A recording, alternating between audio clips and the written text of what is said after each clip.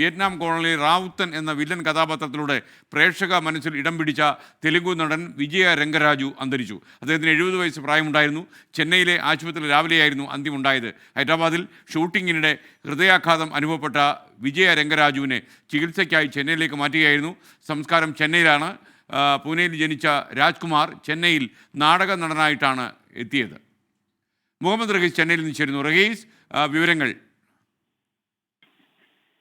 SKN Vietnam കോളനിയിലൂടെ മലയാളികൾക്ക് സുപരിചിതനായി മാറിയ റാവുത്തർ എന്ന വില്ലൻ കഥാപാത്രത്തിലൂടെ പ്രേക്ഷക മനസ്സിൽ ഇടം പിടിച്ച നടനാണ് തെലുങ്ക് നടൻ വിജയ രംഗരാജു. അദ്ദേഹം 70 വയസ്സാണ് അദ്ദേഹത്തിന് ഉണ്ടായിരുന്നത്. ഇന്ന് രാവിലെ ആയിരുന്നു അന്ത്യം.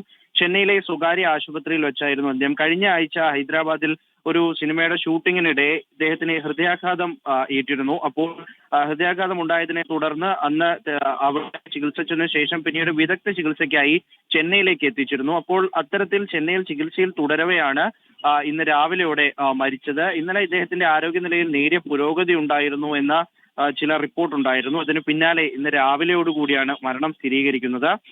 കഴിഞ്ഞ ആഴ്ച നടന്ന ഒരു ഷൂട്ടിങ്ങിന് ശേഷമാണ് അദ്ദേഹം ഇത്തരത്തിൽ അസുഖബാധിതനായി ആശുപത്രിയിലേക്ക് കൊണ്ടുവന്നത്. സംസ്കാര ചടങ്ങുകൾ ചെന്നൈയിലാകും നടക്കുക. അദ്ദേഹത്തിന്റെ വീട് ഈ മഹാരാഷ്ട്രയുമായി ഒക്കെ അടുത്താണ് അദ്ദേഹം താമസിച്ചിരുന്നെങ്കിലും കഴിഞ്ഞ കുറെ നാളായി അദ്ദേഹം ചെന്നൈയിലാണ് ഉണ്ടായിരുന്നത്. അപ്പോൾ അതുകൊണ്ട് ചെന്നൈയിലായിരിക്കും സംസ്ഥാന ചടങ്ങുകൾ.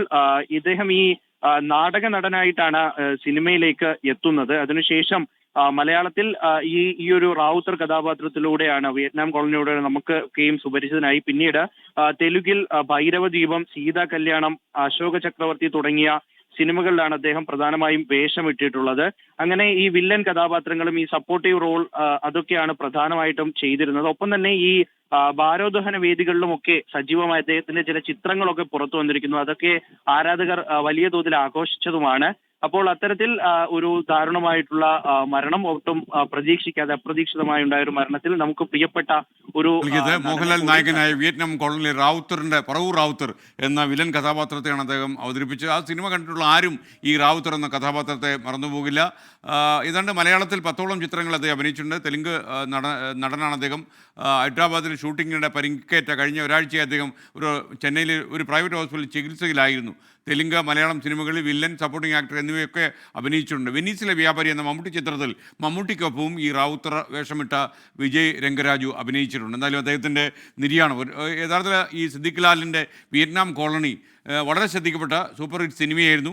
ആ സിനിമയിലെ റാവുത്തറും വളരെ ശ്രദ്ധിക്കപ്പെട്ടിരുന്നു. എന്തായാലും വിജയ രംഗരാജു മലയാളി അല്ലെങ്കിൽ പോലും നമ്മുടെ നാട്ടിൽ വന്ന് അഭിനയിച്ച് ജനശ്രദ്ധ നേടിയ നടനാണ്. അദ്ദേഹത്തിൻ്റെ വിയോഗത്തിൽ 24ൻ്റെ ആദരാഞ്ജലികൾ.